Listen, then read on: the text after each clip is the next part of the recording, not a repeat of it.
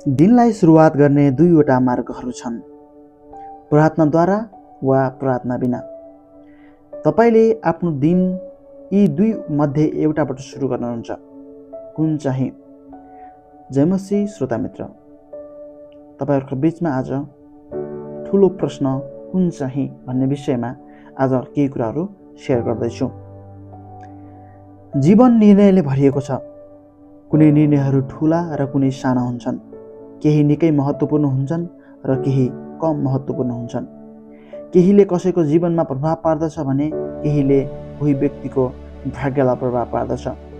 हामीले गरेका हाम्रा निर्णयहरूद्वारा कुन चाहिँ ठुलो प्रश्नलाई जवाब दिन्छौँ। मैले भन्न राखेको कुराहरूलाई होसियार साथ विचार गरी सही निर्णय गर्नुहोस्। दिनलाई सुरुवात गर्ने दुईवटा मार्गहरू हुन्छन्, प्रार्थनाद्वारा वा प्रार्थना बिना। तपाईँले आफ्नो दिन यी दुई मध्ये एउटाबाट सुरुवात गर्नुहुन्छ, कुन चाहिँ? प्रभुको दिनलाई दुई तरिकाबाट बिताउन सकिन्छ, अल्छी भएर वा भक्तिभावमा रहेर। तपाईँले प्रभुको दिन यी दुई मध्ये एउटाबाट बिताउनु भएको हुन्छ, त्यो कुन चाहिँ? संसारमा दुई वर्गका मानिसहरू छन्, उद्धार पाएका वा उद्धार नपाएका। तीमध्ये तपाईँ एउटा वर्गमा पर्नुहुन्छ, त्यो कुन चाहिँ? ब्रह्माण्डमा मानिसहरूका दुईवटा मालिकहरू छन्, परमेश्वर वा शैतान। तपाईँले यी दुई मध्ये एकजनाको सेवा गर्दै हुनुहुन्छ, त्यो कसको?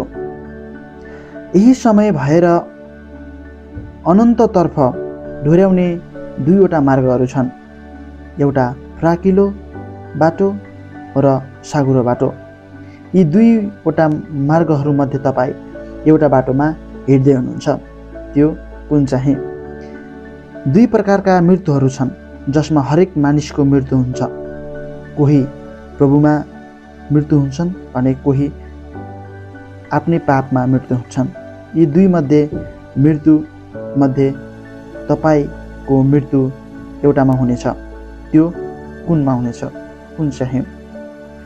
मानिस जाने दुईवटा स्थानहरू छन्, स्वर्ग या नरक। यी दुईवटा मध्ये तपाईँ एउटा भएर जानुहुनेछ, त्यो कुन चाहिँ? के तपाईँको जीवनमा केही परिवर्तन गर्नुपर्ने आवश्यकता छ? के तपाईँले त्यसको योजना गर्नुहुन्छ भने कहिले? के तपाईँ स्वर्ग जाने योजना गर्नुहुन्छ?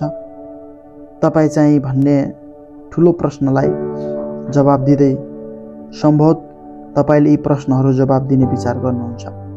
बाइबलले प्रष्टसँग भन्दछ, अब सबै कुरा सुनिएका छन्। कुराको निष्कर्ष यही हो, परमेश्वरको भय राख र उहाँका आज्ञाहरू पालना गर, किनभने मानिसले गर्नुपर्ने सारा कर्तव्य यही नै हो।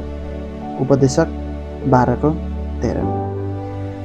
हवस् त श्रोता मित्र, आजलाई यति नै। यदि आगामी दिनहरूमा पनि यस्तै कुराहरू तपाईँले बुझ्न चाहनुहुन्छ भने यो पेजलाई लाइक, सेयर र फलो गर्न नबिर्सनुहोला।